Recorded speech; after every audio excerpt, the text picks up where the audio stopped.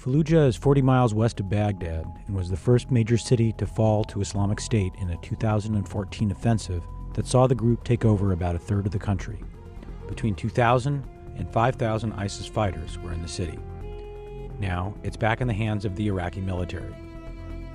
The offensive took a little over a month. In neighboring Ramadi, the process was slower. Here are the factors that contributed to the retaking of Fallujah. Because of Fallujah's proximity to Baghdad, units assigned to protect the capital could participate in the fight. There were 6 Iraqi military units involved in Fallujah versus 4 in Ramadi. On Fallujah's northern axis, Shiite militias called Popular Mobilization Units were involved in the fighting. These units were helped by Iran. U.S.-led coalition airstrikes helped support Iraqi military forces and 6,000 federal police who were involved in encircling Fallujah from the southern and eastern axes. Iraq's counterterrorism services, an elite light infantry unit specializing in winning and holding territory, has become adept in taking over the city centers.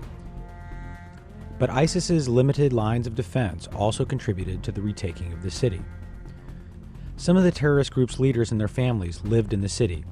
ISIS had built up infrastructure, including courts, bomb-making factories, and jails. They didn't want to destroy Fallujah in defending it, so it wasn't as heavily fortified with booby traps. ISIS fighters tried pushing back Iraqi forces from several main points on the city's outskirts. But overwhelming force toppled all of this, and the speed of the offensive gave ISIS no time to fortify the city. Suicide attackers and explosive vehicles had been expended in the battles on the outskirts. In the end, ISIS's last major stand in the city was at the Fallujah General Teaching Hospital. Intercepted radio communications between the fighters and their commanders were frantic.